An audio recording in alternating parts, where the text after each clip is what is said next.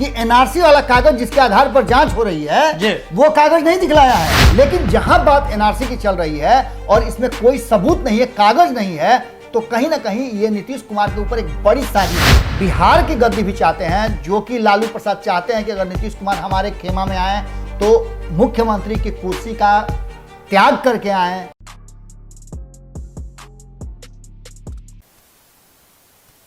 नमस्कार, बिहार के digital media का जनक भारत लाइव देख रहे हैं आप। भारत लाइव में रातों रात देख रहे हैं। रातों रात यानी कि ऐसा शो जहां आपको हम हमेशा से ऐसी ही खबरें देते आ रहे हैं, जिस खबर को जानने और समझने के बाद आप उसके आगे विस्मयादि बोधक चिन्ह लगाने पर मजबूर होते हैं। ऐसी ही खबर जो है छन करके आ रही है।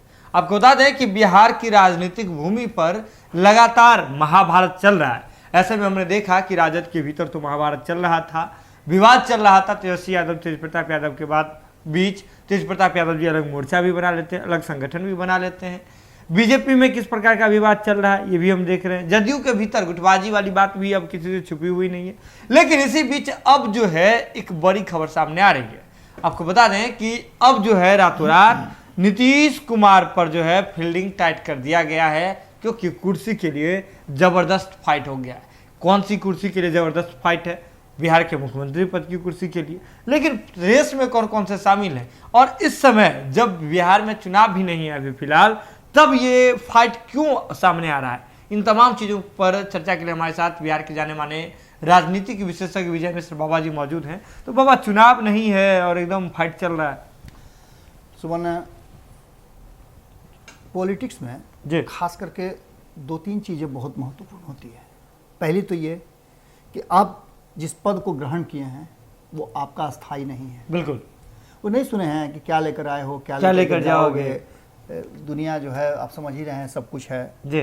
जब तक ये शरीर है तब तक आपके पास सब कुछ है, शरीर खत्म तो दुनिया खत्म। ये कुर्सी जो है ना, अगर इसका हवस आपको हो जाए जी तो ये आपको कहीं का नहीं छोड़ती है। बिल्कुल। नीतीश कुमार जी कितने अच्छे थे। 2005 में आए थे तो हर किसी के दिमाग में एक ही बात था कि सुशासन बाबू आ गए हैं, बहुत कुछ बदल जाएगा, ये बिहार बदल जाएगा, बिहार में राम राज्य स्थापित हो जाएगा। हालांकि इसलिए राम राज्य स्थापित हो जाएगा, भाजपा के साथ आए थे जी।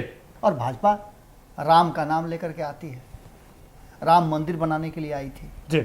मंदिर बन गया, लेकिन बिहार जहाँ का तहाँ है।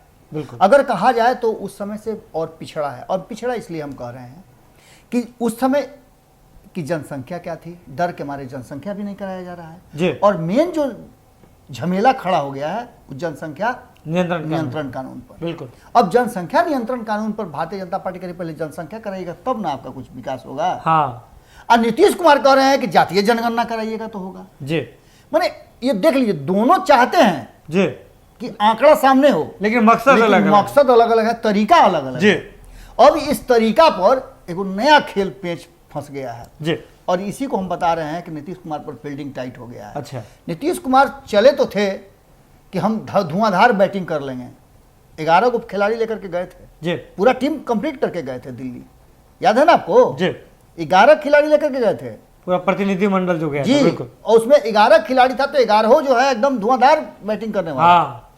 एक टीम का प्लेयर नहीं था, अलग अलग छांट करके जी कोलैबोरेशन बनाए थे।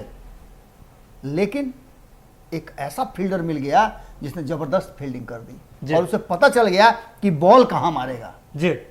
यानी कि जातीय जनगणना के मुद्दे पर लोगों को फिर से एक बार खड़ा करना। एक तरफ आप देखिए कि जात पात से दूर रहते हैं, हम जात पात नहीं करते हैं, लेकिन इस देश के प्रधानमंत्री तक अपनी जाति बताने में बड़ा बड़ी रुचि लेकर के बताते बहुत बढ़िया।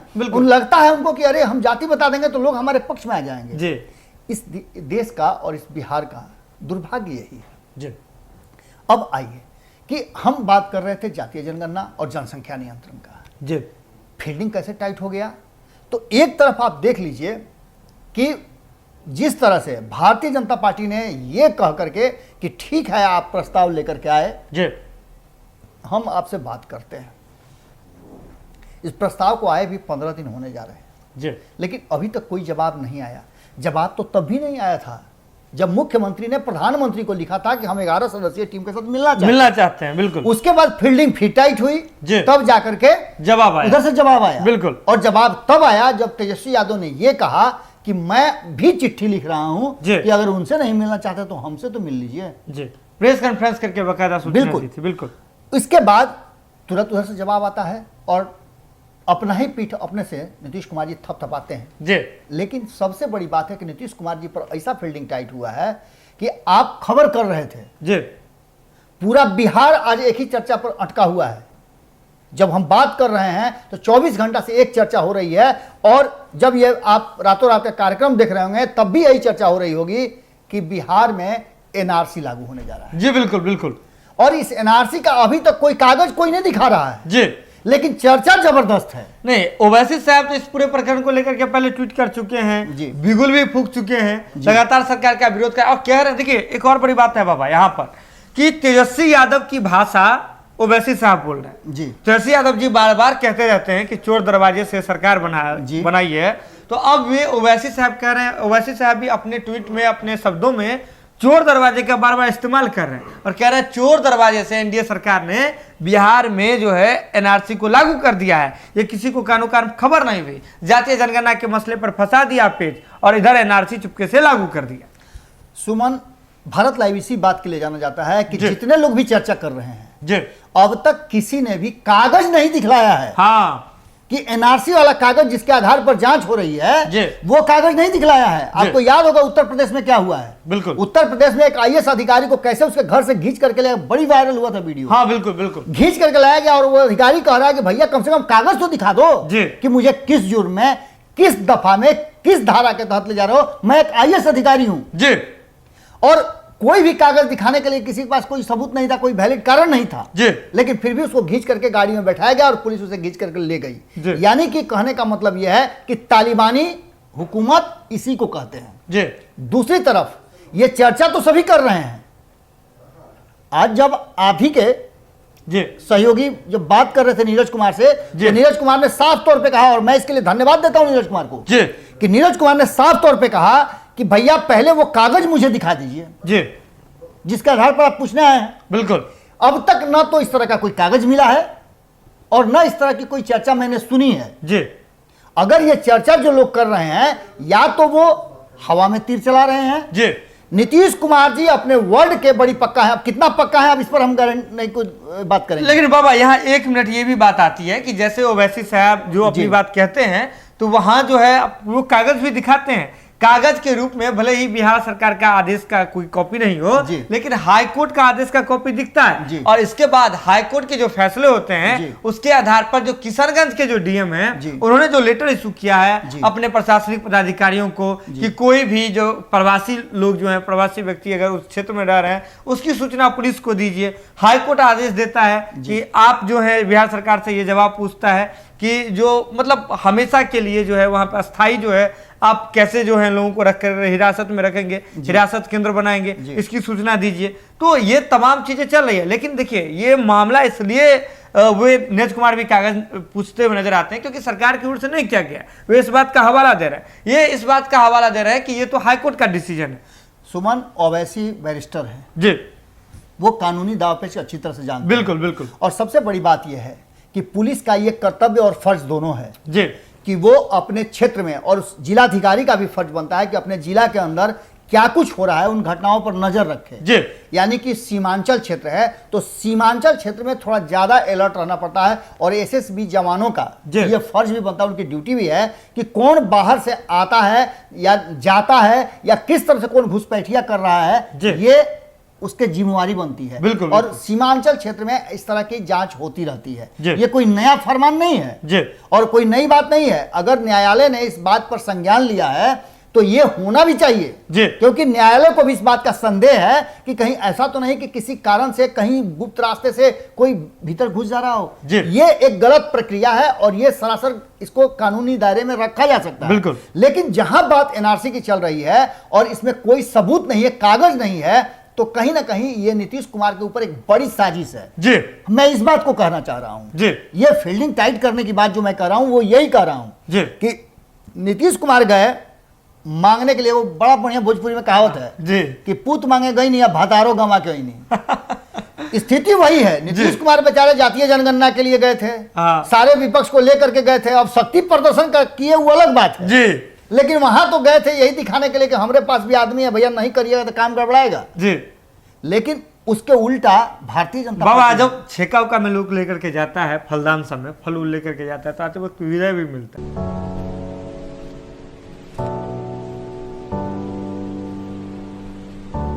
जी तो विदाई मिल गया नीतीश कुमार को। बिल्कुल। अब समझ लीजिए आपकी एनआरसी का एगो सगुफा छोड़ जी। करके, चूंकि सीमांचल क्षेत्र में है, आप जानते हैं कि क्या स्थिति बंगाल में है और क्या स्थिति उत्तर प्रदेश में जी। है। बंगाल हार चुकी है भाजपा बिल्कुल। और उसको उत्तर प्रदेश जीतना है।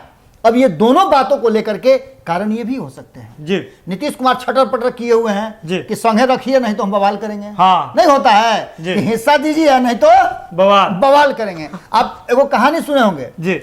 वो बिल्ली वाला, हाँ कि बिल्ली को रोटी मिला, हाँ वो कही कि आखिर इसका बंटवारा कैसे होगा, जी। तो बंदर के पास जाती है, बंदर के पास जाते हैं। कहती है कि भैया देखो तुम चालाक भी हो बुद्धिमान भी हो, जी। ऐसा है कि इस रोटी को हम लोग दोनों में आधा आधा बांट दो। बोला कि एकदम बहुत बढ़िया बात है। हाँ। अच्छा किए कि आप लोग मेरे पास लेकर के आए, जी कारण कि भाई न्याय होना चाहिए। बिल्कुल न्याय होना चाहिए। तराजू लेकर के आए और जोखना शुरू कर दिया, आधा से तुड़े, थोड़ा इधर ज्यादा झुक रहा है, अच्छा बराबर होना चाहिए, न्याय का मतलब है बराबर जी। बस उसमें से थोड़ा सा तोड़ करके खा लिए। जी। देखिए गिराएंगे नहीं हम, हाँ। अन्न है इसका अपमान अपमान नहीं करेंगे।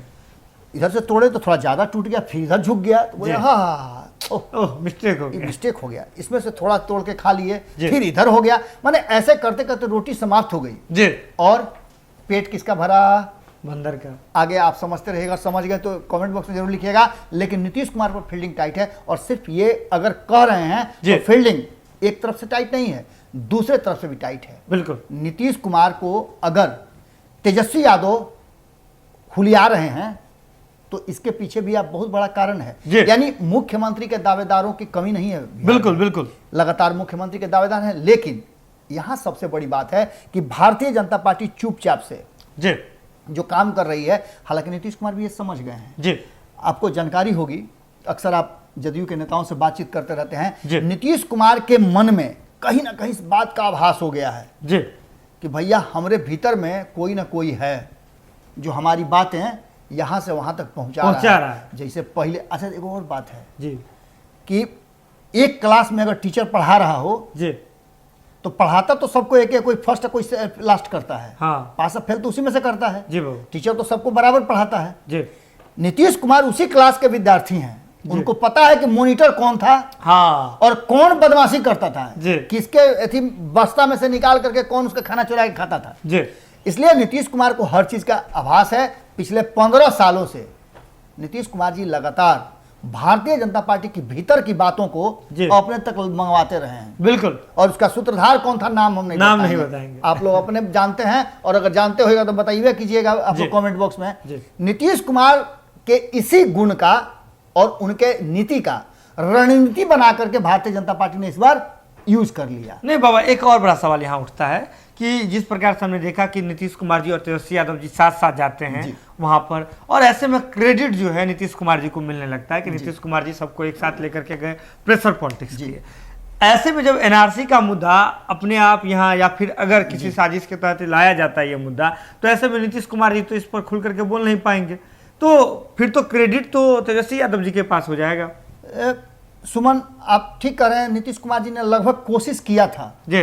कि श्रेय उनको मिले, हाँ। लेकिन सामने कंधा किसी और का हो। जी। फायरिंग तो इन्हीं यही करेंगे जी। लेकिन कंधा पर बंदूक किसी और के हो। तेजस्वी यादव को उन्होंने आगे किया था, आपको याद होगा जी। कि प्रेस वार्ता में तेजस्वी यादव को आगे किया था।